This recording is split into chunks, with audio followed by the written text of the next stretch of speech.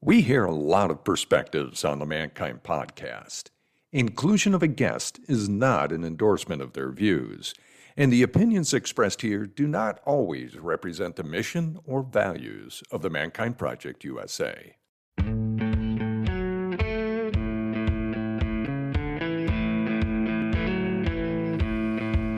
Looks like the rain has gone.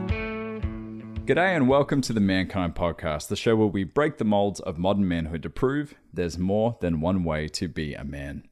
I'm your host, Brandon Clift, and over the next month, we have something quite special for all of you listeners. Over the month of April, we are going to be diving into the male archetypes. What they are, what they look like in their maturity, what they look like in shadow, what they look like in life and love and relationships and everything in between. Now, to help me unfold and unpack the incredible work of Robert Moore and Douglas Gillette in their book, King, Warrior, Magician, Lover, I had the great opportunity to get Doug Gillette himself to join us as we go through the 4 archetypes. Now, over the past, 3 months, it's taken us a little while to do these interviews, but we were able to get Doug to join me sequentially to dive into these. And this interview you're about to hear, I very naively thought we could cover all of them in one interview, and it became very evident that we could not. And so today's interview is just about the lover. And I say that, just about the lover. I'll tell you what, when I got involved in men's work, especially in the Mankind Project, we like to use these archetypes and use the frameworks of them for our eye groups. We start in the lover with the check-in. We go to the warrior for accountability. We go into the magician to do some work with one another, and then we finish with the king, right? It's a very basic and helpful framework to follow. And as I got involved in men's work, I was thinking, I'm here for men's work. I want to get into some masculine stuff here. And conversations would come up around the lover, and I would kind of just poo-poo it. I'd be like, the lover, whatever. Sounds weak. Sounds too touchy-feely. I came for men's work, not lover work. Well, it didn't take long for me to realize throughout my men's work journey that the lover is in fact possibly the most powerful archetype for me in my life. And I would dare say it's the most powerful archetype for many others. I liken the archetype sometimes to a ship. You've got the king that's the captain. You've got the warrior, which is all of the crew that gets things done. You've got the magician, which is the compass that directs, and tells the weather and where the ship's going to go. And then you got the lover, and the lover is the engine. The lover is what propels the whole vessel forward. And if we bring that back to the male psyche, the lover, more often than not, is foundational to our motivations, to our desires, to what we want in life. It's not just about sex and romance. No, the lover in its fullness is so much more than that. It's about connection to everything that is, everything that has been, and everything that's about to come. It's a big one. And so when I came into this series, I thought, Doug, why don't we start at the warrior? It seems to be the lowest hanging fruit. And he goes, no, we have to start at the lover, because as we develop as men in our lives, the lover is one of the first archetypes to power up in us. It's the archetype of youthful idealism and excitement, and it's one of the first things we develop, whereas the king is usually what powers up as a culmination of all the other archetypes. So over the next 2 weeks, you're going to hear today about the lover. You're going to hear Friday about the warrior. Then the following Monday, the magician, and then finally the king. And then at the end of all of it, we're going to get together for a group panel discussion around what is called Axis Mundi, meaning how can we stay in the center of all of it? How do we not get lost in each of these archetypes? How do we not get stuck in the shadow of one or lean too heavily on the other? How can we be a complete man, have awareness and access to all of these incredible energies that each of the archetypes possess? And how can we use all of it to our advantage in life, in relationships, across the board? So it has been an absolute honor and pleasure to spend this time over the past couple of months interviewing Doug and getting to basically get the information from the source. So I hope you enjoy this series. I hope you enjoy this month of content that we're going to be bringing to you. And I sincerely hope that you yourself can identify how these energies, these archetypes, both turn up and can aid you in your life as a man. Enough from me. Let's get into the lover archetype with Doug Gillette. Enjoy.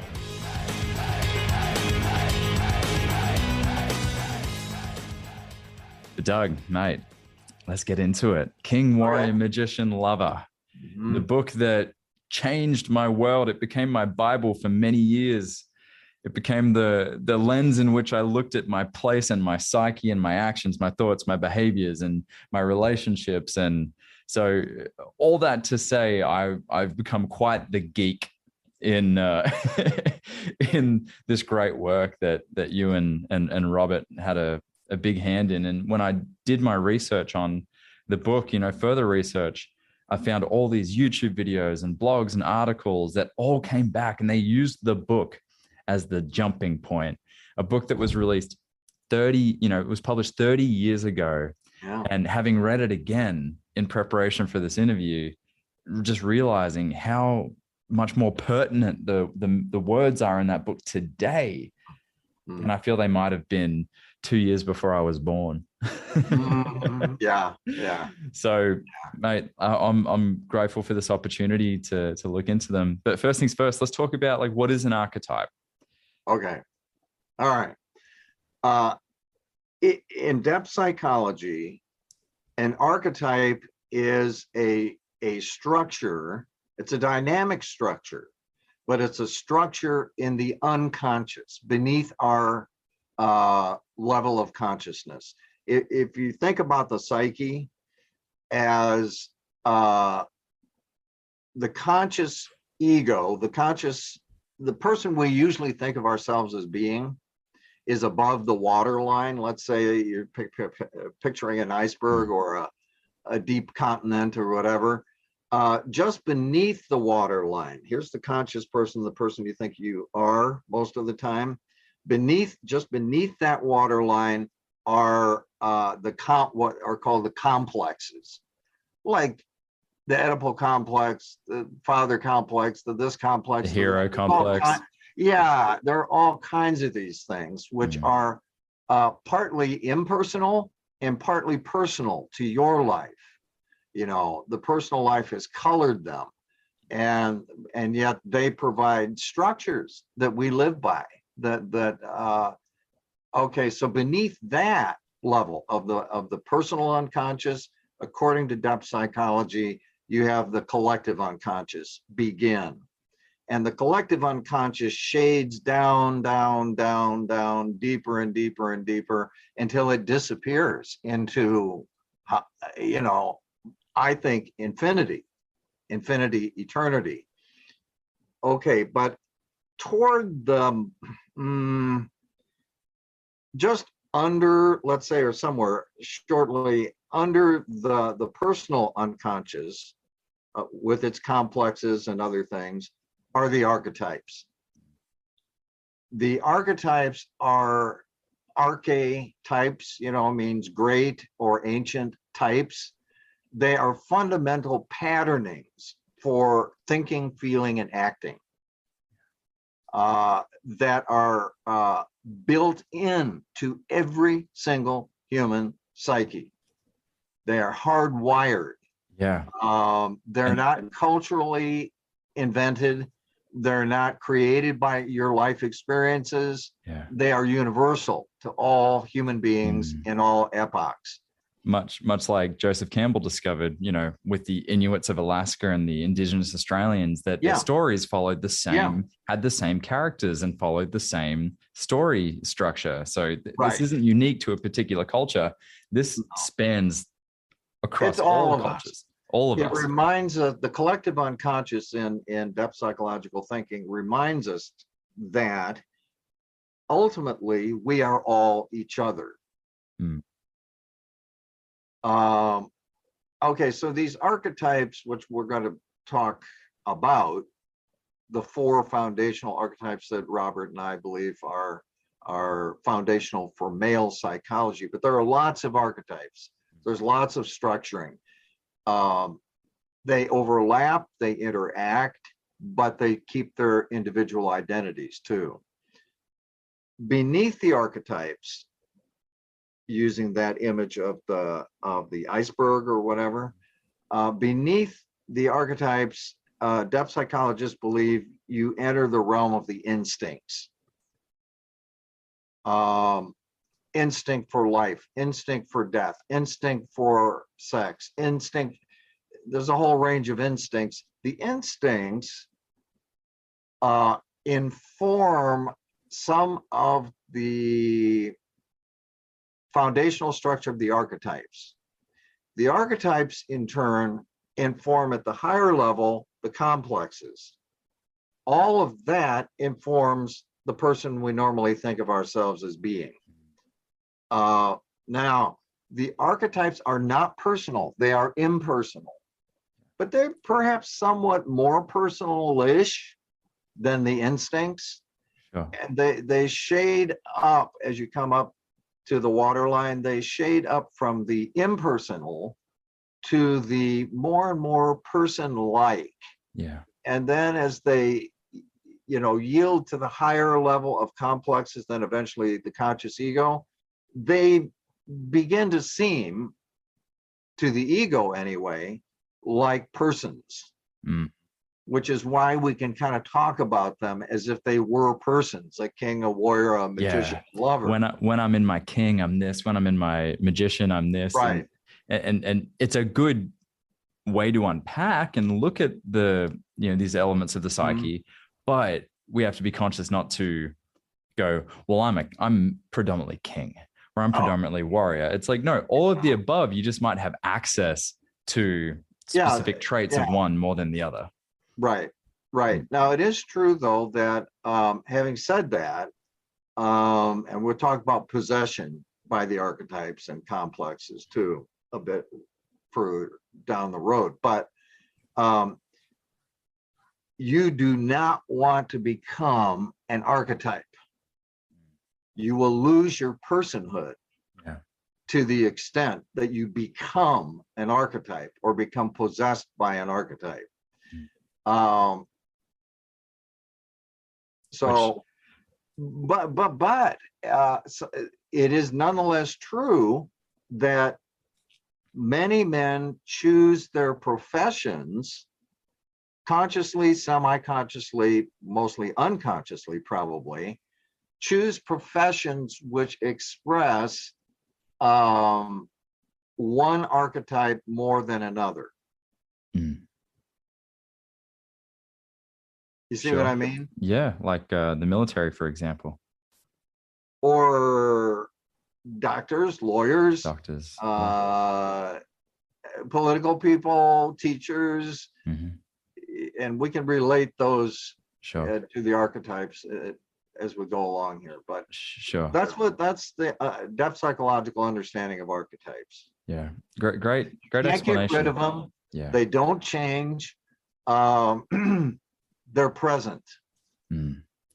Well, there's so as we dive into these, I love that visual of the iceberg, and I see how this now relates to Jung's work with speaking of what's unconscious. And so this, I know in the book, the order that you and Robert put the archetypes in, you started with the king, then the warrior, then the magician, then the lover. But for today, we're actually going to switch the order up a bit to perhaps for absorption of the information. I feel like the lover and the warrior give much more relative context to what my human experience is. I know for many men as well, specifically the warrior. So I'm excited to see what possession looks like in each archetype. I'm excited to see what the mature masculine looks like, what the immature, what the different poles are, which I'm sure we'll be able to create an imagery or an illustration in the minds of our listeners as to kind of how to place these. So let's kick things off with the archetype that when I got involved in this work, it was the archetype that I did not give enough credence or credit to. It's the archetype that I judged as airy, fairy, fluffy. Like I came into men's work to become a warrior and do warrior work, to be a man.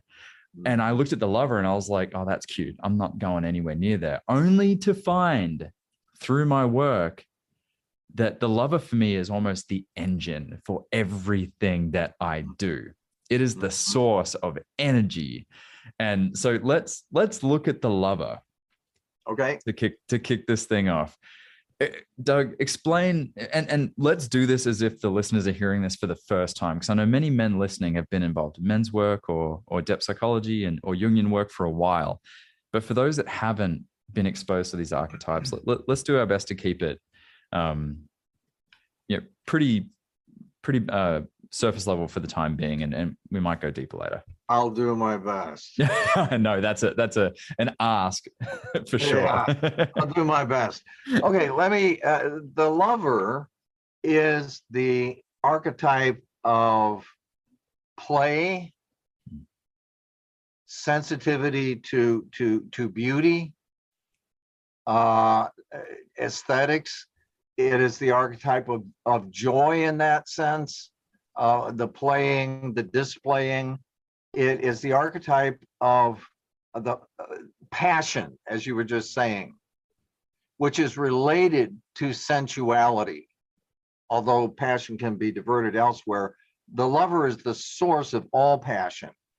Sensuality, sensitivity to beauty, play and display. More importantly, socially, it is the archetype of empathy. It is the capacity to feel with others of our species, but also others of other species and so forth. Yeah. It is fundamental at the kind of spiritual level. It is open to the experiences of the ultimate oneness of all things. It's very close to what Freud talked about as the libido, and the ancients, but also Jung again talked about as eros, the push to live, to express, to exuberate, to. So, 25 words or less. That's the lover in its fullness. Wow. Well, and so my experience of the lover, when I realized the power of the lover archetype was when I also acknowledged and realized that empathy has been both part of my gift and my curse in life.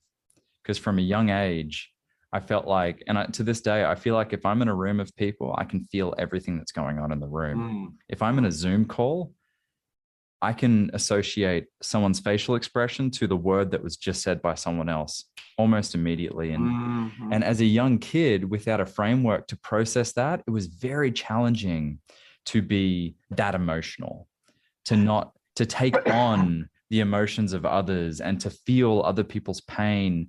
You know, I tried my hand at being a bully a couple of times, and it just crushed me to cause pain and sadness in someone else. But also I can be around those in joy, and I can be as swept up in that emotion of joy and euphoria as possible. And as a young man, not given much of a framework, especially in a all boys private school where any archetype other than the warrior is not necessarily the status quo. I found it very challenging to hone in and connect with that archetype in me. I found it in friendship with women, you know, and connection with women. I was able to find that. And in my experience, a lot of men who I think lean more towards the lover archetype have deep, great relationships with women, but may have mistrust in men. Yeah. That don't share that. I think that's true. The lover, I think, well, this is a new thought. The lover may be closer to what another character in the unconscious, collective unconscious, that Jung talked about in men as the anima, the inner feminine, than it is to other, naturally to other archetypes. What your experience that you're talking about, Brandon, is not dissimilar from mine growing up. The lover produces artists, composers, musicians, Performers. creators, is very actors, directors. That's why, in a real sense, much of the humanities stuff comes really out of the lover. Yeah. Not that it's not influenced by other archetypes, but creativity itself is because it comes from passion. Yeah. Is a lover thing. There is the problem for the lover archetype, or let's say for the man who's very close to, or maybe even possessed by the lover archetype. There is archetypes don't have problems, but we do. Yeah. So the man that is maybe over accessing or perhaps even possessed by the lover has boundary issues. The boundaries, for example, between the person you usually think of yourself as being and the unconscious are permeable. More permeable, well, they should be permeable to some extent, but with the lover archetype as the dominant archetype in a man's life, his repression barrier between conscious ego and all that's going on in the unconscious, including, if you think about, we are all each other, you're walking into a room and feeling everybody. Yeah. That's what that is. Yeah. And I recall, so I experienced sexual experiences at quite a young age, and I feel like part of that was at play. Yeah. When swept up in experiences with other younger women, and that, I felt that there was there wasn't necessarily a clean understanding of what was happening or what was going on, other than being completely swept up in the inertia of the experience. That swept up thing it's a wonderful euphoric feeling. On the other hand, it is a symptom of possession. Yeah. Of being possessed. Hence being completely in love with that woman for a year or two after that experience, and almost emotionally enslaved to that experience. Well, possession does lead to enslavement. Of the person that needs to have access and gain access to all of who they are. I think this is a good point, Doug, to just create the visual for the listeners in their minds of kind of like what it might look like on paper. So in the minds for you listeners, imagine a triangle with the point pointing north, pointing up, and draw a line right through the middle horizontally across. And so you're left with 1 point above the line and 2 points below the line. You can call these points poles, different poles, but the basic way that it's been explained to me and that I've explained it to others is that above the line, that top point is the archetype in its fullness. You might hear the word gold, golden lover. You might hear that used. Beneath that line, I've used the word shadow to explain that this is the archetype in shadow, and that there's 2 points, bottom left and bottom right, that also have a positive energy, not so much like a positive as in good, but like a higher vibration in a sense. And then on the right, bottom right, it's a more lower vibration, which oftentimes looks like in excess, right? They're both in excess, but the bipolar shadow of the archetype in its fullness. Robert and I came to that notion. I don't know if I told this story in our last podcast or not, but we were sitting at Robert had been working on the four in their fullness, and he had some ideas about shadow.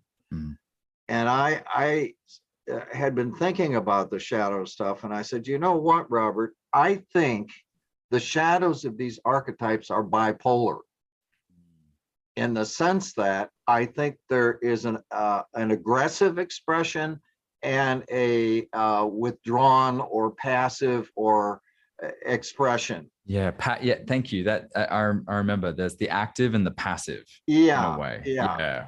Right. And we just sat there looking at each other in stunned silence. And I was like, yeah, that's right. Okay, so the and shadow, by the way, is a Jungian term for he used it in various ways, but in this sense, it is the uh, uh, it is the archetype in dark modes or dark consequences for the man, the person he normally thinks of himself as being. The active pole we call the addicted lover, the passive pole the impotent lover.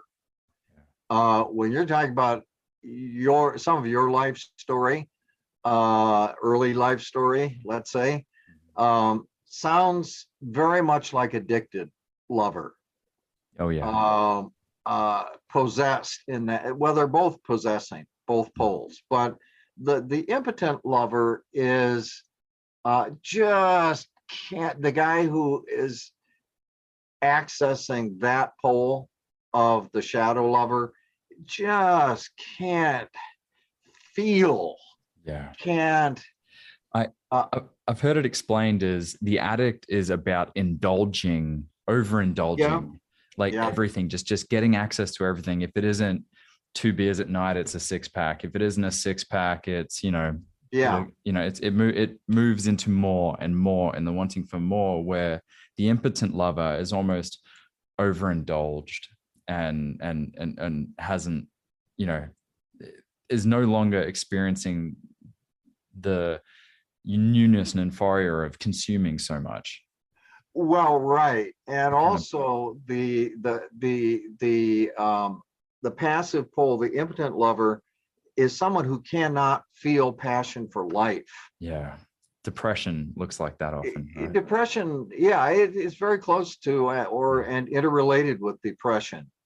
Has a hard time getting up in the morning, can't find meaning really to sustain his life, can't find the energy to take a chance, to create, to become involved in human relationships, so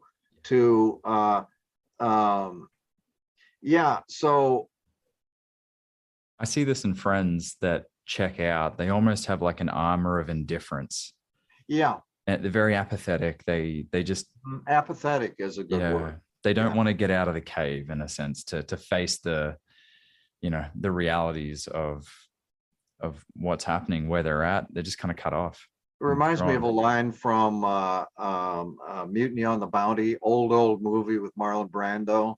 The Bounty was this British ship, in the 19th century, that they were in the South Pacific. The crew mutinied. The Captain Bligh was reputed to be cruel. They dumped him in the water and took the ship to an island, but they kind of lost their, once the kind of revolution mutiny was over, they kind of lost their steam, and they started wanting to go back home and turn themselves in England and so forth. And at least in the movie, and this Polynesian young woman, lover of what was his name, the second in command, can't think now, but anyway, he's the image of the impotent lover sitting at his desk in the captain's quarters, and he doesn't know what to do. He's lost, he's without passion. And she grabs him by the shoulders and she says, "We have a saying, you eat life or life eats you."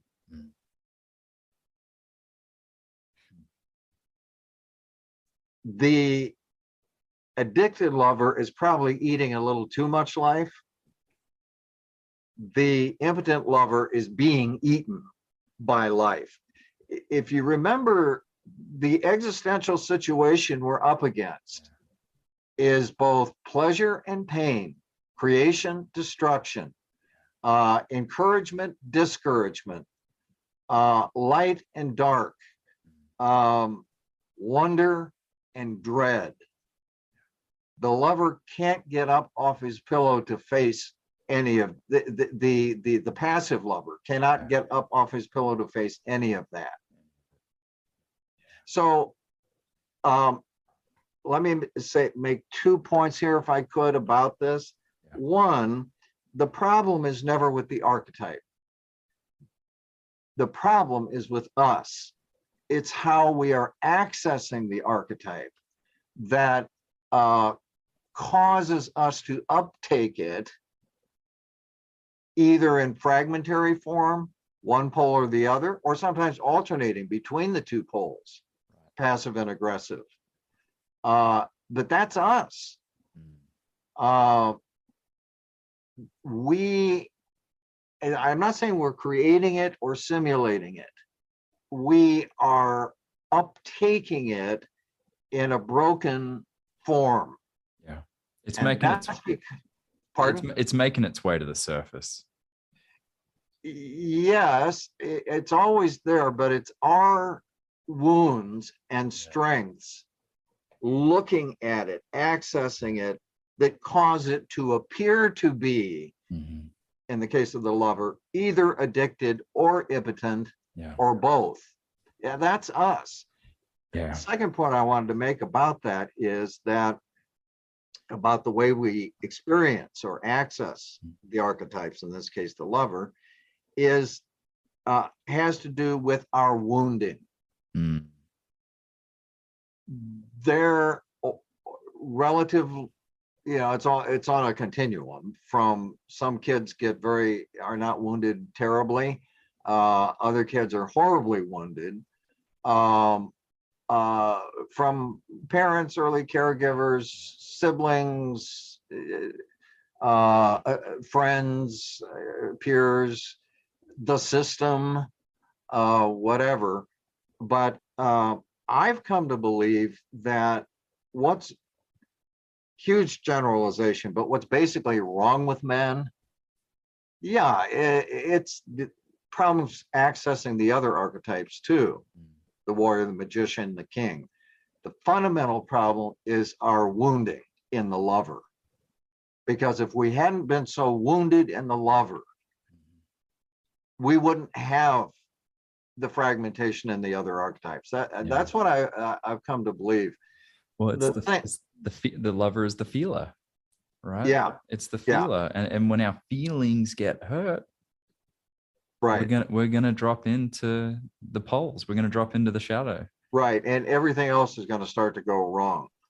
You won't be able to express the warrior well. You won't be able to express the magician well. You certainly have no business expressing the king.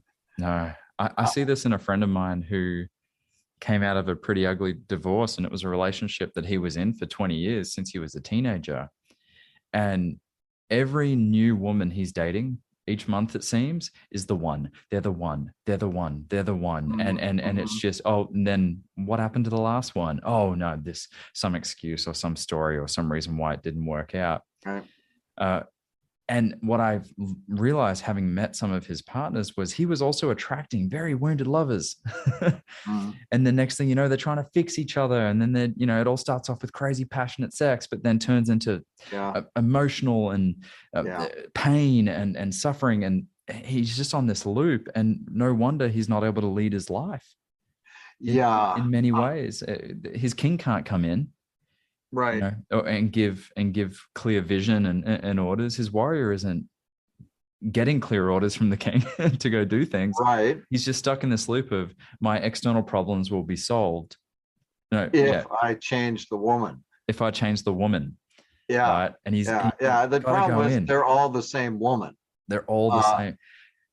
In a sense, no matter what the superficial differences may be, his experience of them. Yeah. I'm not saying they are all the same. It's his experience of them. That's called, repetition compulsion. The complex, which is an expression of the wounded lover in this case, these things, complexes, and beneath them archetypes, have lives. They have a life of their own. Yeah. And once they get set up if the ego isn't separated from them, if it's possessed by them, Yeah. and doesn't have a strong enough independent, but nonetheless related relationship with them, they will run your life. If you're enjoying the Mankind podcast, how about taking another step? This one takes some courage, and you've got it. Check out the Men's Work Introduction. It's 3 sessions over 3 weeks. New sessions start every month, and we even have a cohort tailored to GBTQ men, which you can learn more about at bit.ly/menswork2.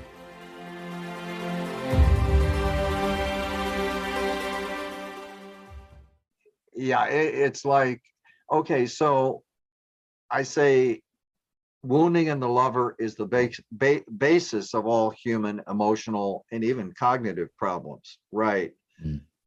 But this is also true, I think, there is no way to come into this world and not be wounded. Remember, this is the realm of wonder and dread. This is the realm of promise and threat. This is, as C.S. Lewis said, the shadowlands, light and dark. That's just what it is. And if you don't eat it, it will eat you. There's no way to be here or to be us without being wounded. The question is, how deeply and in what ways were we damaged? Was the lover?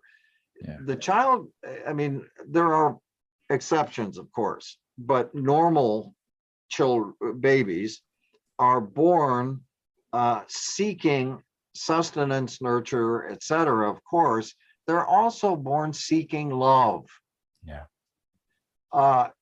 It's been known for a long time that those first 6 months, especially, are vitally important for how that person that is now a baby in arms will feel about themselves, about whether they're welcomed or not into the universe, about other people.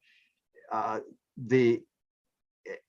it's at the nipple or about to go to the nipple, whatever, it's looking into the caregiver's eyes. And what it needs to see is love, of unlimited acceptance, celebration of its being here. That gets us started off. If when the baby does not see what's called mirroring, if the baby does not see that, and it's usually the mother, but often the father or some other caregiver, if the baby does not see that, there is an immediate wound. And the dread element of the wonder and dread, the dread element gets planted and may in later life come to the fore.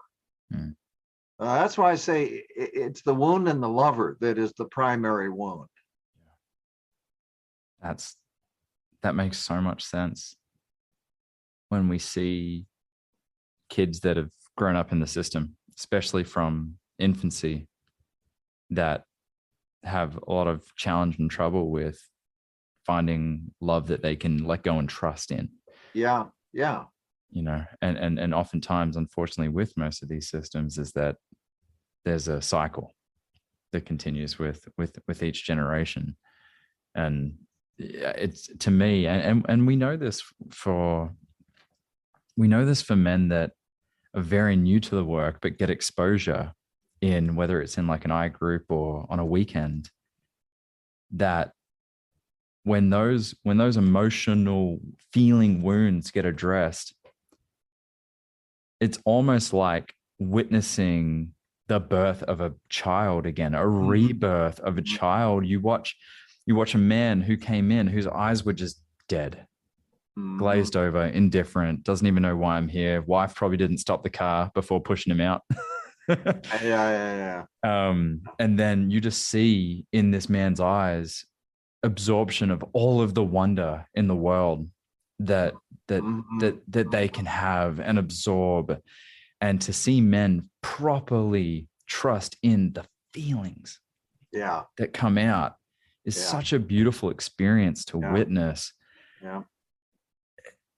Some of the processes, like, you know, like a rebirth. It's amazing to just witness a man just, and it's not reduced to the feelings of an infant. It's enhanced by the feelings of feeling that love, those needs that perhaps were not met when they were younger, and to see how the inclusion of the lover archetype, when finally giving the breath of life, the inclusion of the lover archetype enhances the experiences of that man's life.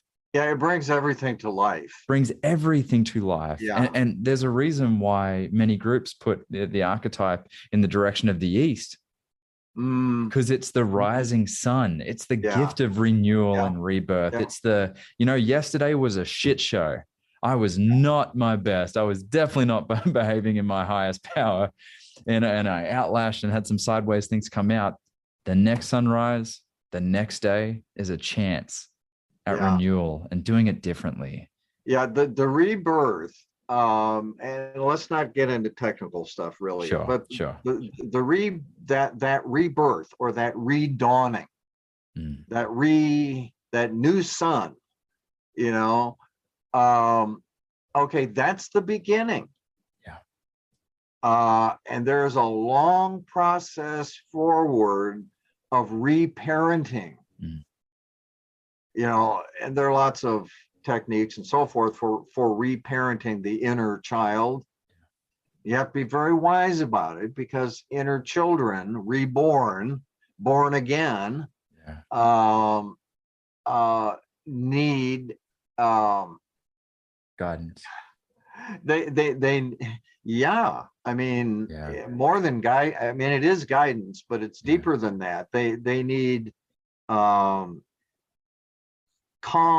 passion, co-passion. They need, and of course, anyone who's had kids knows they both need nurturing and support and unlimited love in a certain way. They also, however, in order to avoid becoming monsters, they need limits and discipline and so forth.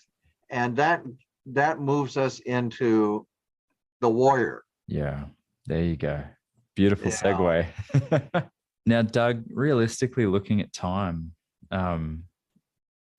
especially going into the warrior, obviously I want to be very respectful of your time, and we're heading into the holiday season. How do you feel about the potential of us covering warrior now, and then perhaps circling back to do magician and king? Yeah. Is that? I think. I feel like I'm getting so much access to you. I just want to make sure that I'm not overdoing it. Well, no. I mean, I teach for 2 hours too. My sessions are 2 hours, but it is true that not that the viewers need to know this and so forth, but I'm just 5 months out from kidney cancer surgery, and so my energies, the will is there, but the flesh is not. Sure. It's been 5 months. 5 months, yeah. Wow. Won't feel like myself for a year if I do then. So I mean, I do have limited. Sorry to say that, but I do. My energy level starts dropping, and it's like your cell phone. It warns you that it's about to go, and then it warns you again. But the last warning it gives you is like a second before it shuts down. I know. And that's how I feel. So, but I would like to try to do the warrior, get through. Yeah. That's a huge topic too. A huge one. And there's only one little last talking point I'd love to speak to in the lover. Okay. Before we do that, but of course I want to respect your energy, and my partner's a cancer survivor, so there's a lot of physical and emotional bandwidth that is allocated to that, going through the process and the journey. So grateful for the energy that you're sharing with me.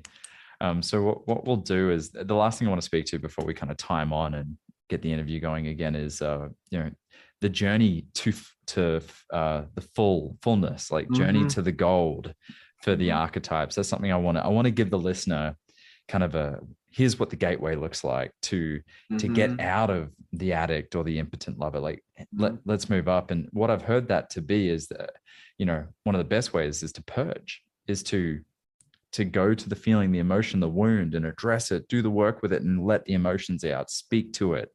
Really, it's gut work and heart work, soul work to do that. Yeah. So does that sound about right? Yes, it does.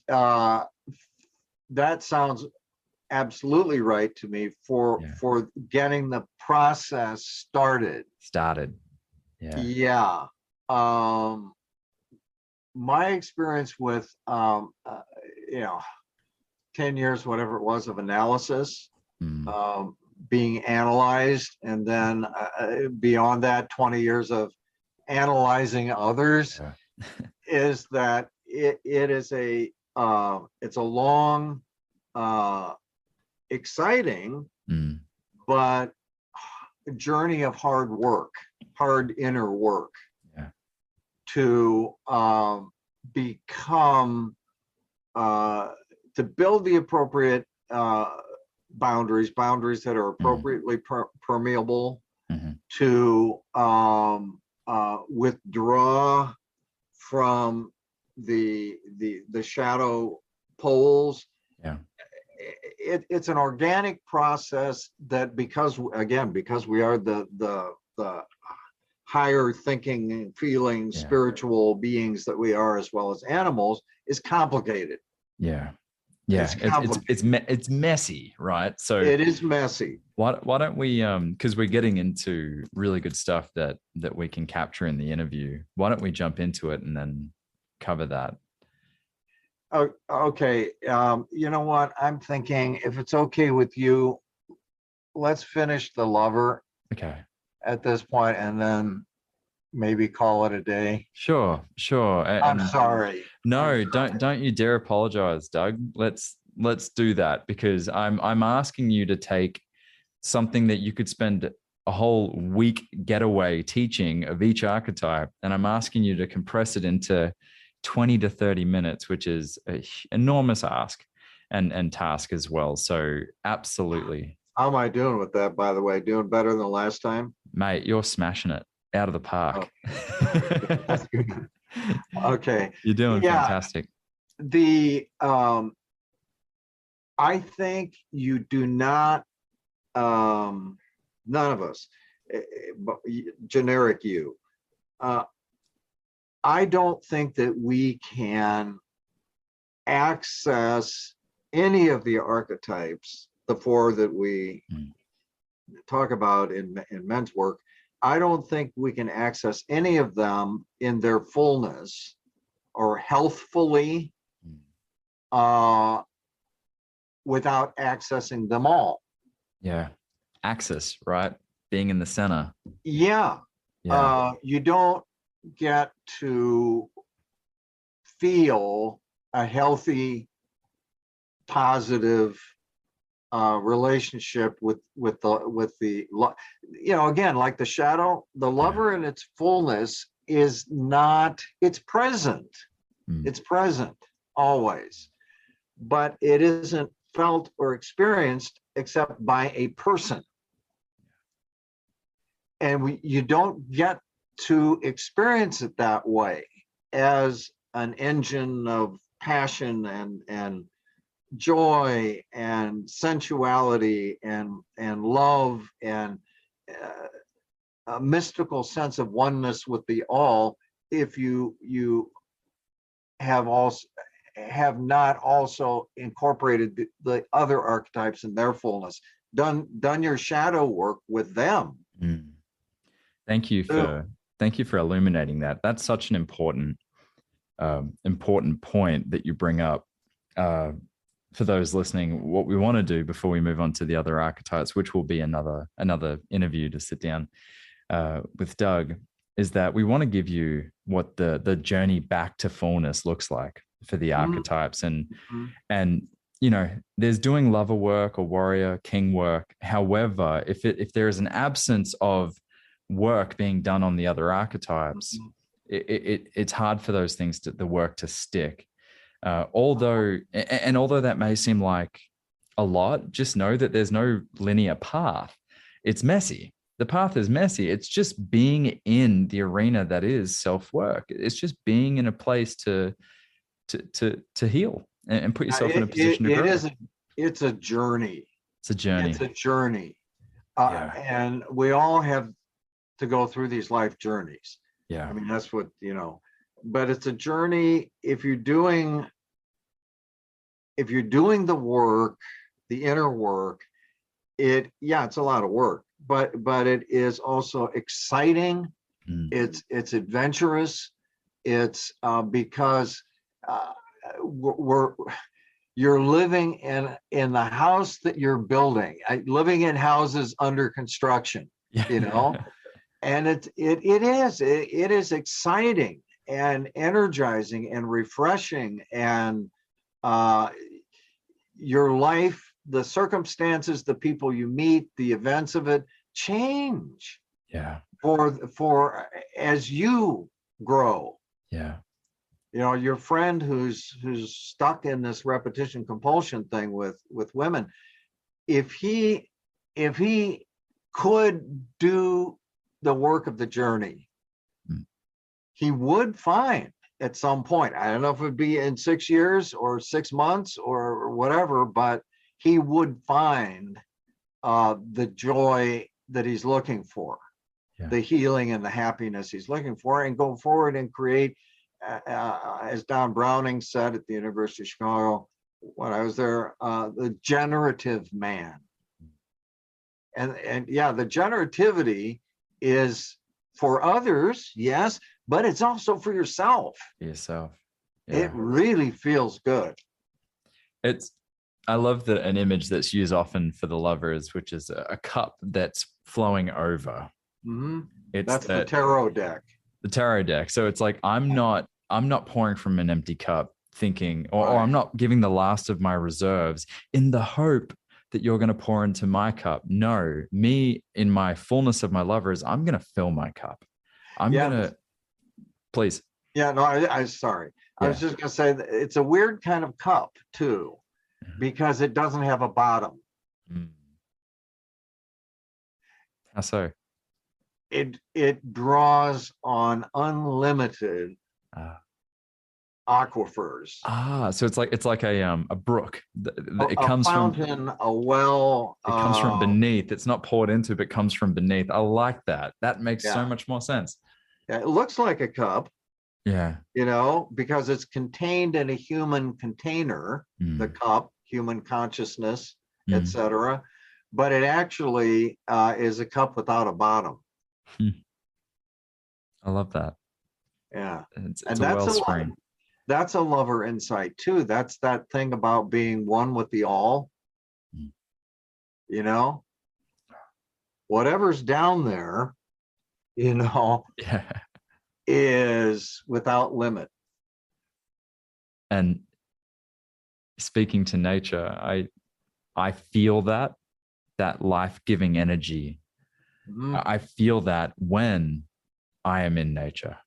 When I'm away from the cell phone and the civilization and the menial goings on of urban life, when I'm actually disconnected from that, that's when I feel most attuned to my lover.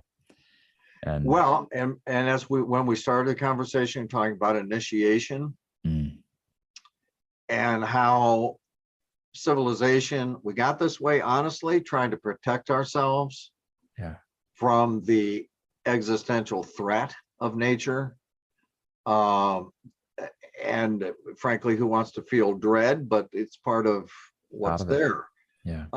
But without nature well, that gets me into my whole worldview thing, which that's another. But let me just say, nature is an expression of something deeper than nature, in my view.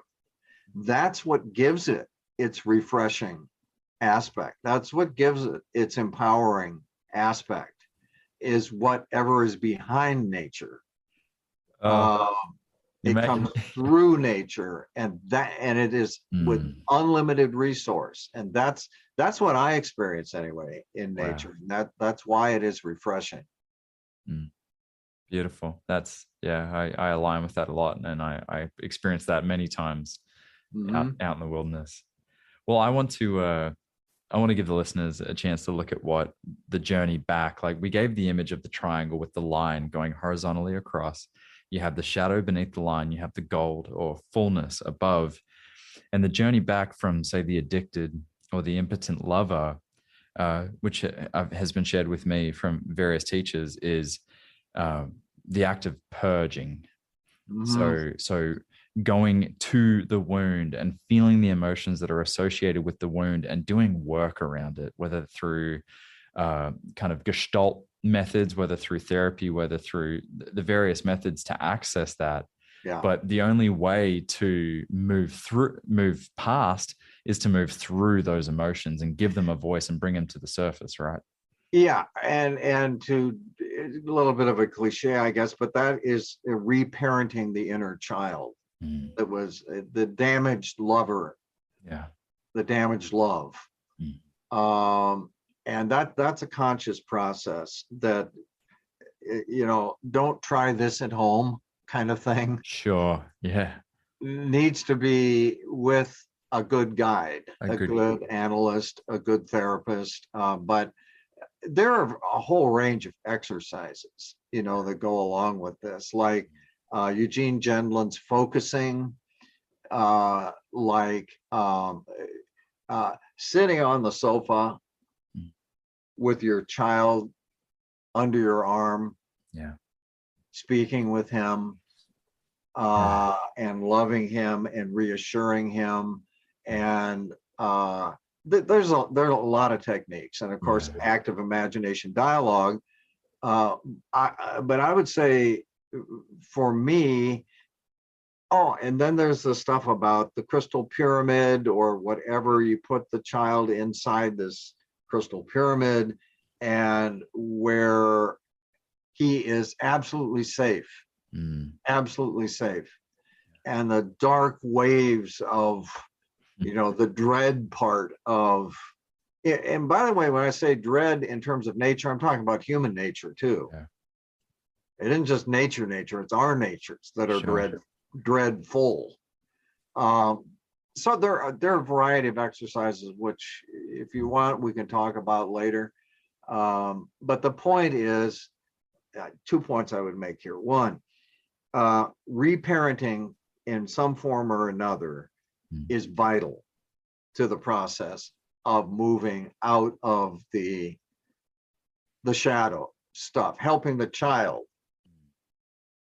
the inner child, move out of the wounds and consequent shadow accessing of the lover. The other point is, again, it's in a way you take each archetype at a time, in a way, rebuild or recreate a relationship, the ego with the archetype, one at a time. But in another way, it has to all happen at the same time. Yeah. And in application as well, I think that's really important to highlight. When I was getting involved in the work and looking at the archetypes, it was so easy for me to just jump both feet into one archetype. Okay, I'm going to be in my warrior today, or I'm going to be in my king or my lover. But what my teachers reminded me was, keep one foot in the middle. Yeah. Keep one foot planted in the middle, what we refer to as axis mundi. One foot in the middle, and then put your other foot in the king. Put your other foot, and then move it to the warrior or the magician or the lover. That's a good image. Yeah, that's a really good image. To keep anchored to center. Yeah, that axis mundi is what I was talking about with the bottomless cup. Mm. It is the rabbit hole, the rabbit hole, I call it, at the center of every psyche. Who knows where that goes? Yeah.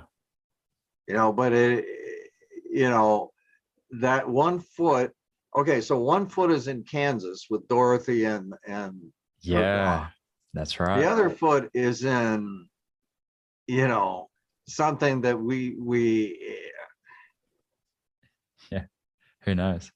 who knows? Yeah. That's the adventure. And that's what excites me about this work. And that's what excites me about the archetypes, is just the limitless potential of how I can take my psyche, how I can take my journey and experiences in life each day as they come, and relate them to these facets of who I am, these energies that are in me, that have been in me forever.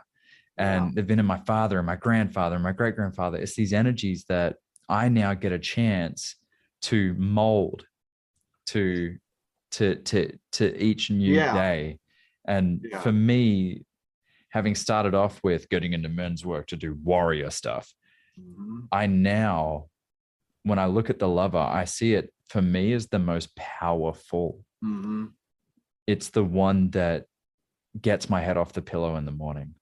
It's the one that made me realize that in my life, having unsubscribed from the quotation marks American dream, having unsubscribed from that and wanting all these things and items and possessions, to now seeking experiences above all else.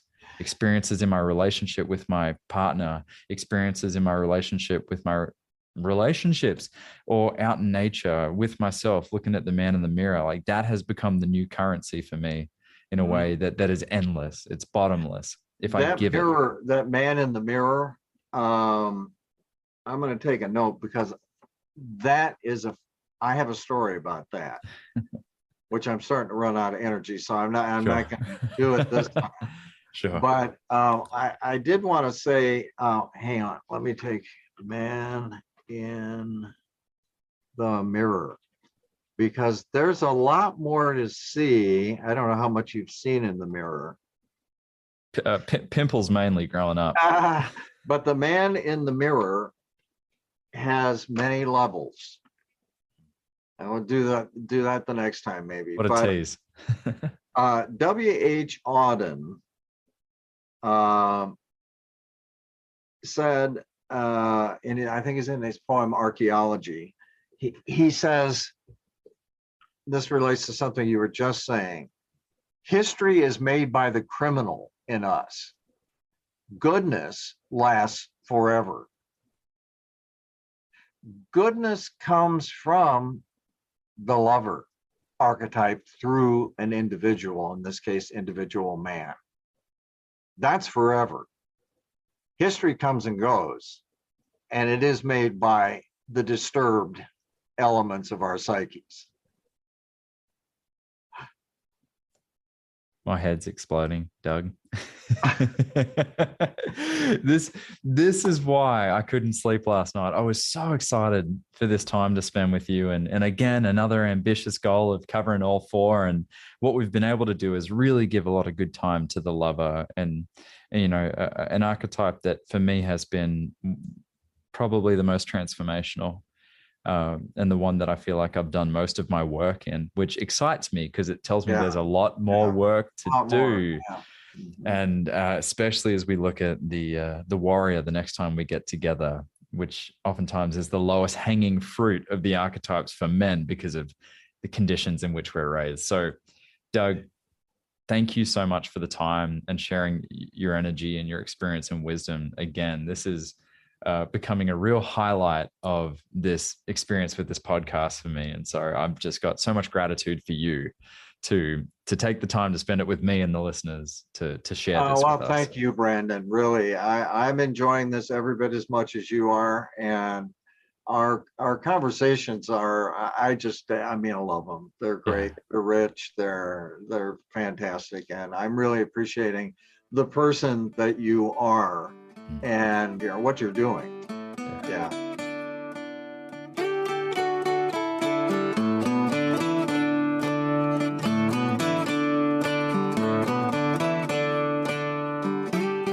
Well, there you have it, another powerful episode of the Mankind Podcast. I hope you enjoyed that discussion with Doug and I around the lover archetype, and I hope you are looking forward to the episodes that we have in store for you going forward. You know, listening to this back again through the editing process really gave me an opportunity to create awareness around how I relate to my lover inside of me. You know, when my lover archetype is present, it begins to notice many things around me that perhaps I hadn't noticed before. If it's the birds just in my backyard playing around, if it's the feeling of my feet in the soil, if it's chewing my food perhaps a little bit more slowly, closing my eyes, tasting the tastes, and thinking about the entire journey that piece of lettuce or that beef has been on to get to me in this moment, and all the people that made that process possible. It's this awareness, this grounded energy. It's being able to sit next to my partner in a moment that may feel seemingly insignificant and think about all of the things that has led to her and I making it to this stage in our lives to be together and create this life together. So I hope that you got some great takeaways from today as we learnt about the lover in his fullness, the shadow sides, you know, the addicted lover, the impotent lover. I really recommend that you pick up King, Warrior, Magician, Lover and give it a read. I think it's a book that is far more potent today than I think it was when it was released back in the 90s, during kind of the first wave of the men's movement as we know it. And I highly recommend that you find out more about Doug Gillette as well and some of his other writings to follow the man and his incredible work. So chew your food a bit more slowly. Spend a bit more time looking in the eyes of the ones that you love. Spend some time outdoors. Do what you can to access that lover archetype, because I can tell you, when you seek and find that pleasure, not just leisure, the pleasure that life has to provide for us in all of its facets, it's amazing how all of the other archetypes fall into place. And you're going to learn that as we go forward to our next interview, as we get into, oh yeah, you guessed it, the warrior. This has been another episode of the Mankind Podcast, produced in association with the Mankind Project USA. We have been your hosts, Paul Newell, Boyson Hodgson, and myself, Brandon Clift, and we want to thank our guests for joining us today and imparting their wisdom from their experiences in this amazing journey called life. If you want to find out more about today's guests and support them in their mission, you can find links to them in the show notes. Now, if you have found gold and insights that you believe could benefit your loved ones and those you care about, be sure to share it with them. And of course, we are always grateful for a rating and review of the show on iTunes. Now, we've got to give special thanks to our back-end team, producer, editor, and audio ninja for the show, Michael J. Russer, and Don Huff, who takes care of our graphics and promotions and pretty much makes us look pretty. So, of course, thank you, Don. Now, above all else, we've got to thank you, the listener. Because through your attention and your support, you have made it possible for us to let men all over the world know that they are not alone and that there is more than one way to be a man. And if something in this episode has touched you, then perhaps it is the call to action to get involved in men's work. With live trainings happening constantly and in-person trainings happening all over the world, the Mankind Project definitely has something for you. Now, if you've enjoyed the music in this episode and all of our episodes, be sure to check out Jim Donovan and the Sun King Warriors. I have links to them in the show notes. And lastly, just know, what it means to me to be a man is completely different than what it means for you. What it means for Paul, what it means for Boyson, that is the beauty of this journey. So if you are looking for guidance, support, and community as you begin to unpack and dive deeper into your men's work journey, then you know where to find us. Same place, same time, next week. Lots of love. We'll see you then.